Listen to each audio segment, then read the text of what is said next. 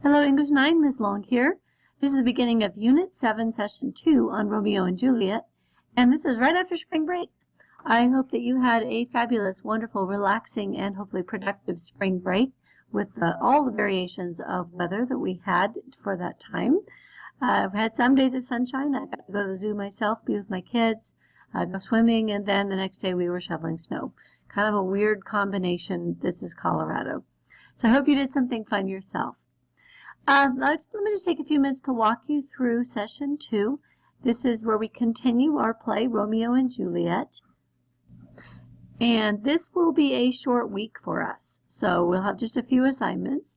If you'll remember, you can start off your session with 2 options on the work ethic bonus. And those 2 options are to either make a schedule for your week or to do a reflection at the end of the week on how you managed your time. You will also be discussing Act 2 and Love at First Sight, whether you believe in this or not.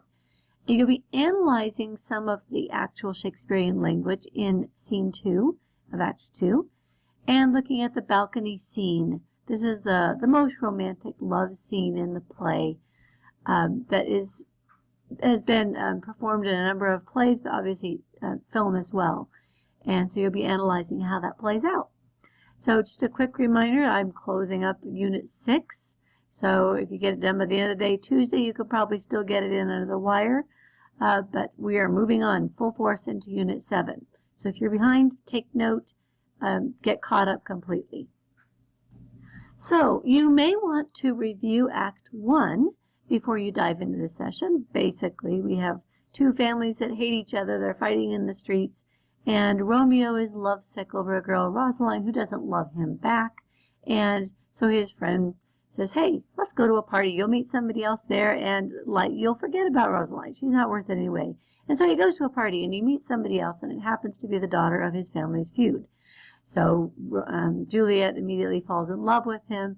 They realize, oh no, wait a minute, my only love sprung from my only hate. This is my enemy's, my family's enemy's son or daughter. But that doesn't stop the course of true love. So that brings us to our discussion. Do you believe in love at first sight? Why or why not? What do you think is the difference between love and lust? Why is love at first sight part of this question?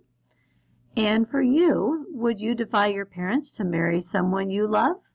Why or why not? And can people really fall in love in less than a day? Please explain your answer. And I can point to a lot of marriages, actually, that have happened very quickly in my family's history. Not mine, but some other families, some marriages have happened quickly. You probably could do something similar, where people got together and maybe they stayed together, maybe they didn't. But it's a question for you to consider. From there, you will dive into reading Act 2 and the prologue.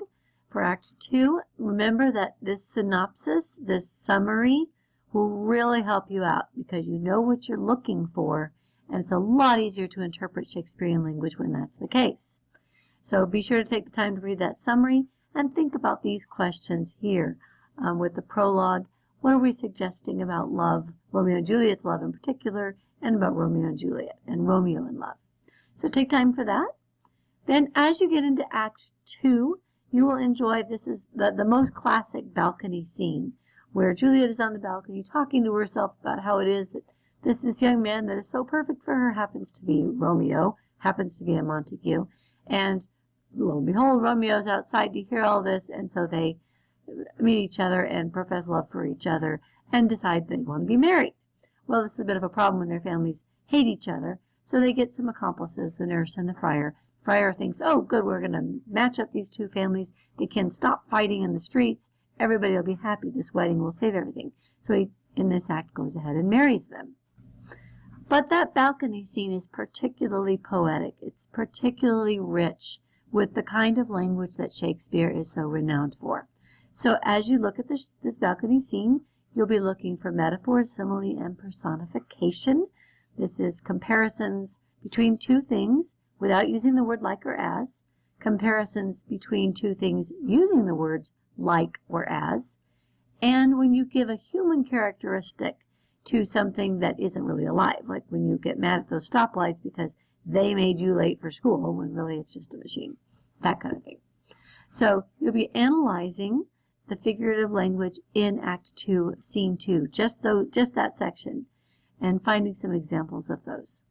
And lastly, you'll be looking at the balcony scene in film, how it comes across in the 1968 classic version of Romeo and Juliet and in the 1936 version. And bonus points if you want to try to get the Leonardo DiCaprio version. It's not available online, but you might be able to find it if you just go to the library or download it from Amazon or something like that. So you'll look at how those two scenes are portrayed in film, how the stage directions, how the same language is brought out. And so you'll look at, you'll complete these two worksheets here, this assignment, this worksheet, as your exit slip for this session. So next week, we will be going into Act 3 and 4. You'll have a reading quiz and you'll begin working on your presentation. So I hope you have a great week. Be in touch with any questions.